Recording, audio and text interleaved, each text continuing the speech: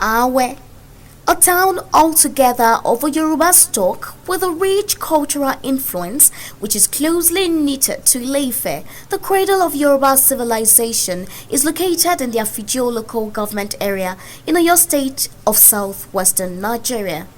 The town occupies a total area of approximately 422 square kilometers.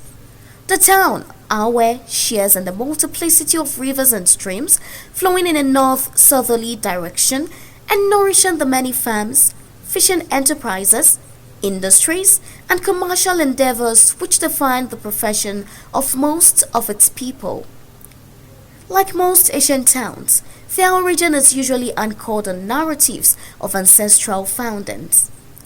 History tells it that our land was a vast expanse of land, part of which had been earlier occupied by a group headed by Ladun, who is an Ijesha man that settled at Olaromi by the 13th century. Prominence was not given to history of the settlement until when a more dynamic group came to settle in the area in the 17th century, headed by 4 Ife princes who had moved out of Ile-Ife after some misunderstanding on crown distribution.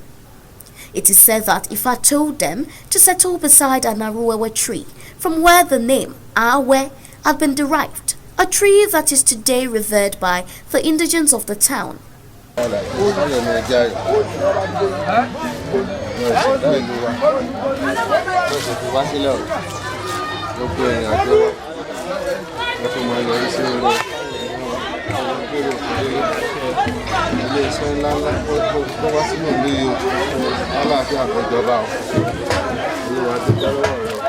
Ìgbà rẹ kó tù wá lára lọ́dà tàm tó tó ṣe kó tù wá lára.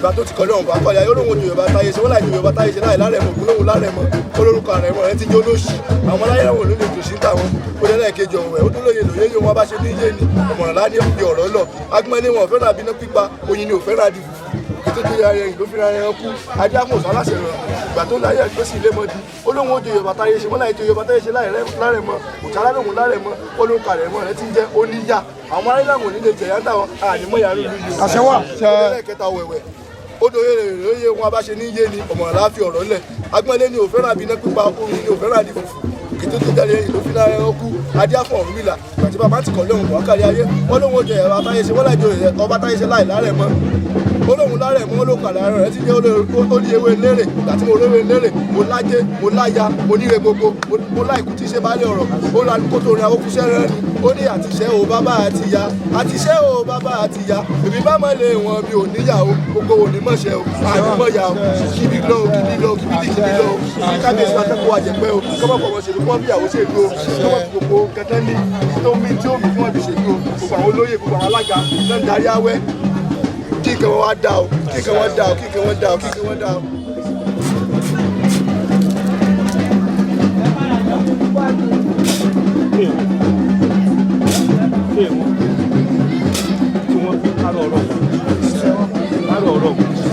Kárọ̀ ọ̀rọ̀ mọ́ wọ́n ti lè wí ọṣẹ mọ́ra wọn ọmọ kékeré ni ọ ẹni ọkọ gbogbo wa ṣe lè yí ṣùgbọ́n ìyá Awẹ́ yóò gbé ọ.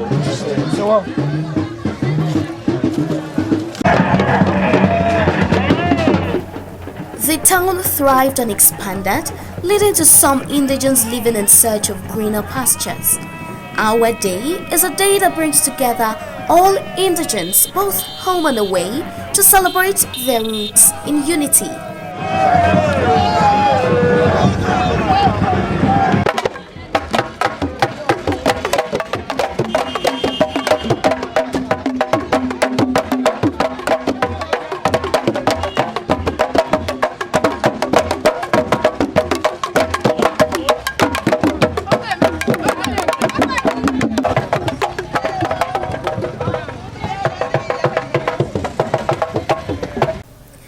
Alawe of Aawe, Oba Cornelius Abiola Taiwo Ladokun III, spoke on the significance of Aawe Day Celebration. Aawe Day Celebration dan ṣe lónìí. Ó jẹ́ n pàtàkì tó ń kó gbogbo máa wẹ́jọ at least ẹ̀ẹ̀kan láàrin ọdún so that gbogbo wọn á ríra wọn á yọ̀ mọ́ra so wọ́n á dẹ̀ dúpẹ́ lọ́wọ́ Ọlọ́run tó tún mú wọn rí ọdún mìíràn. Lẹ́yìn yẹn àwa tún náà á tún lè fún wọn ní gbà wọn ní ìyànjú pé kí wọ́n má gbàgbé ilé gbogbo ìgbòkègbodò wọn ní outside the town tó ń lọ kí wọ́n má gbàgbé ìlú abínibí wọn tí ṣe Aawe kí wọ́n sì tọ́jú ìwà wọn ibikíbi tí wọ́n bá wà tí wọ́n bá orúkọ Aawe jẹ́. A sì dúpẹ́ lọ́wọ́ Ọlọ́run pé gbogbo ń tà ń bá gbogbo àwọn tó ń wá tó ń lọ tó ń wá lọ́dọọdún wọ́n gba gbogbo ìmọ̀ràn tá a máa ń fún wọn nígbàgbọ́ torí pé slogan ìlú Aawe ni pé rántí ọmọ ẹni tí ìwọ ṣe so can they portray Aawe in a good manner outside the town. The owner of Aawe, Chief Oyewole Akintunde, while reminiscing about Aawe's uniqueness, briefly touched on Yokudiya saying, synonymous to Aawe. Ní gbogbo àwọn ọba tó ti jẹ lọ, a ní ìbà kejì tí àwa gbọ́njúmọ̀ kó tó di pé kábíyèsí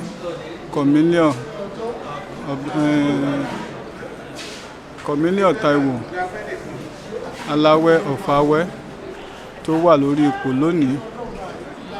Gbogbo ọmọ Aawe bá ní àṣà àti ìṣe gẹ́gẹ́ bí a ti mọ̀ pé a máa ń pa lówe wípé ọmọ Aawe àjòkúdìrẹ tá a bá fún wọn lésì a ní kò sí bàbá ẹni tó lè jẹ tiẹ̀ láàyè ṣùgbọ́n bàbá ẹni tí ò lè jẹ tiẹ̀ láàyè ó tún máa ń kọ́ wa lẹ́nu ó dàbí àrífín sí gbogbo orílẹ̀-èdè ìlànà bí sọ wípé òkú díẹ̀ ó jẹ́ àṣà tí à ń lò ní ilẹ̀ Aawe.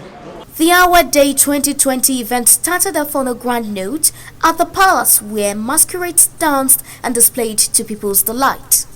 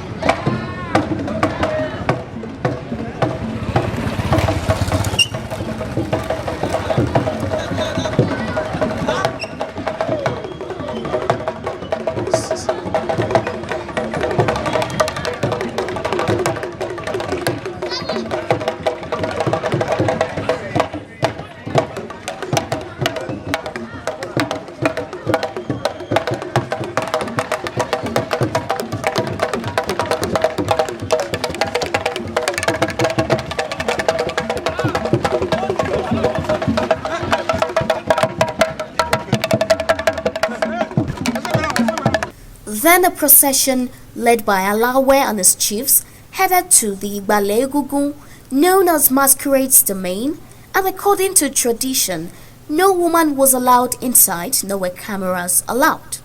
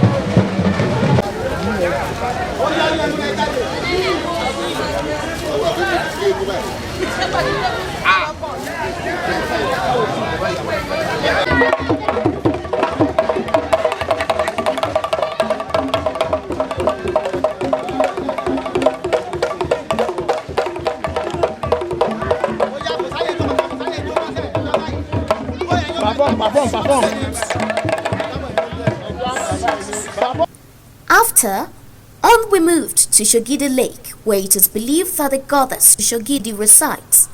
This has made fishing in the river a taboo. A tale is even told of the fish caught in the river that when cooked would never get done.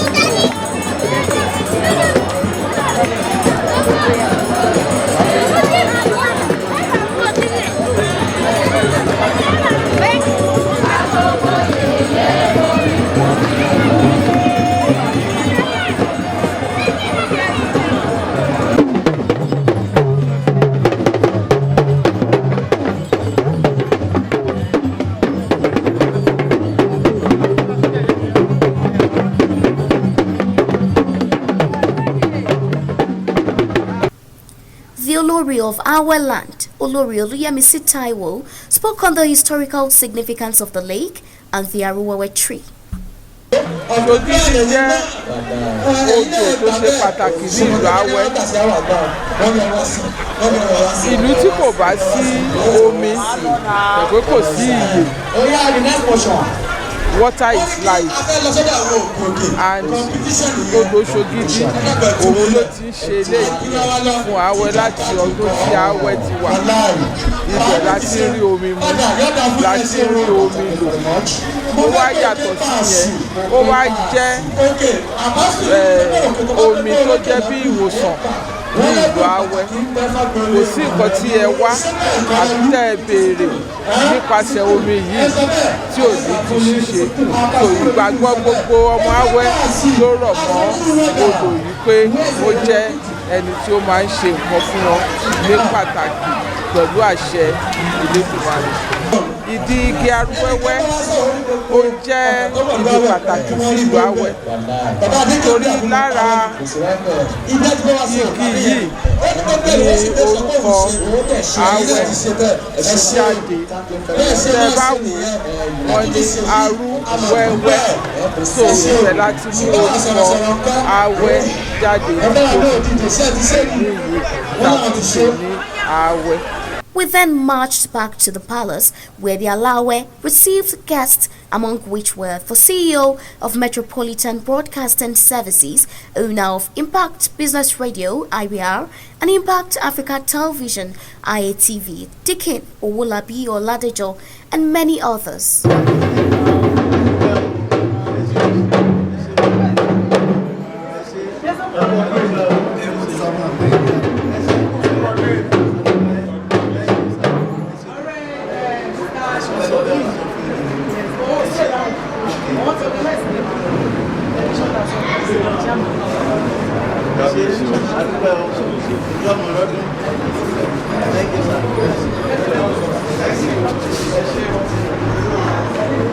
Igbo dwellers in the land were not to be left out, as they also came to pay homage and felicitate the monarch on the celebration. God will continue to see our way through. We know that God, who is able, that put you on the throne, and you are encouraged that something good will continue to happen in our way. We can see the good thing that is happening in the markets there. Things are coming up the way it's supposed to be. And we know very soon people will be having good transport from here to other places. We know that it will no longer be unless they go to Oyo before they buy something. People should be here because we, the Igbo people, we know we are known for markets. We are known for development. And we continue to be peaceful in this land. Anything.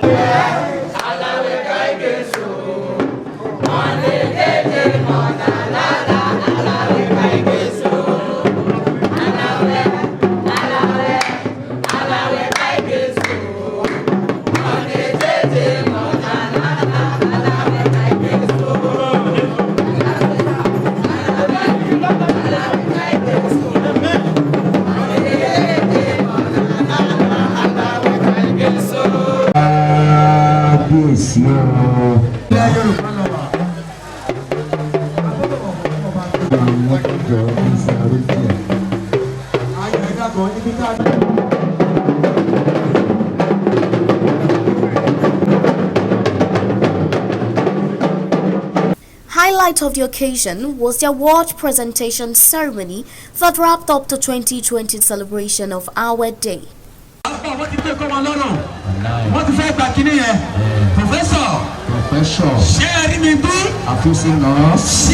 The chairman of the occasion, Evangelist Adekale, represented by Mr. Adekombi Adekule, enjoined people not to lose touch with their roots. That they should try to remember their roots. They should try to remember that they come from a place. Now, when I retired in the Court of Appeal, I came to my roots. So I advise all members, everyone to come down. This Aawe can become America. Look at Chicago. When did the Chicago become something? So I advise them that sons and daughters, we have them, professors, doctors, because we cherish education so much here. So I advise them to come home. Present were the chairman of Afijio local government, Honorable Gbenga Okeleye, and the Secretary, Honorable Toyin Oyebamiji, who both gave kudos to the Aawe and all those involved in the success of the day. ọmọ Aawe ó yàtọ̀ nínú gbogbo ìjọba àwọn ìlú yòókù torí pé ọmọ wọn rí ṣe lẹ́yìn òdì wọ́n sì wá daṣẹ́ sílẹ̀. mo wá rọ̀ wọ́n kí wọ́n túbọ̀ máa tẹ̀síwájú kí wọ́n máa tẹ̀síwájú ó sì máa ran ìjọba Olúwaṣeyì Mákindé mo mọ̀ lọ́wọ́ kí wọ́n ṣàtìlẹ́yìn fún. ọdún Aawe Day ẹ̀kọ́ náà la máa ń ṣe lọ́dún ìyẹn ló máa ń jẹ́ kí gbogbo ọmọ bíbí Aawe ní ilé lóko lẹ́yìn odi gbogbo wa wá àwọn tó ń mọra wọn wá mọra wọn so inú mi dùn gan gidi gan. On his own part, the father of Aawe land, Chief Adegboyega Adeshaki, enjoined youth, especially Aawe indigents, to be proactive Nigerians, while his wife buttressed his point. Àwọn ọ̀dọ́ kan gbọ́rọ̀ sóbi wọn lẹ́nu kan lè ní lọ síwájú kan má dúró tẹ́tẹ́rẹ́tẹ́ pé nìkan máa ṣe nǹkan fáwọn ọmọ tó bá yàwọ́ nìyà ń gbé ìyẹn ló máa fi jẹ́ ọ̀nà rẹ̀ ọmọ Aawe náà ibi táwa náà dàgbà sí rẹ̀ ká tó lọ sílùú òyìnbó bọ̀ nígbà tá a gbọ́rọ̀ sáwọn òbí wa lẹ́nu ní tó jẹ́ ká ṣoríire ni Ọlọ́run á jẹ́ káwọn náà ṣoríire. máa ń wẹ́ láti mọ̀ wípé àwọn láti wálé àwọn dẹ̀ láti ṣe fún ìlú téèyàn gbogbo èèyàn bá jókòó sékòó àbí tán jókòó sí ibikíbi tán bá wà tán wá sílùú wá tún lù ṣe ìlú ò lè lọ síwájú so àgbájọwọ́ dẹ̀ la fi ń sọ̀yà kí gbogbo wa wálé láti wá tún lù Aawe ṣe. Others present were Commissioner for Agriculture represented, Honorable Ajibola Atonda, Mrs. Adiola Ayokuleyin Omotosho, the Iyalode of Aawe, and many other dignitaries.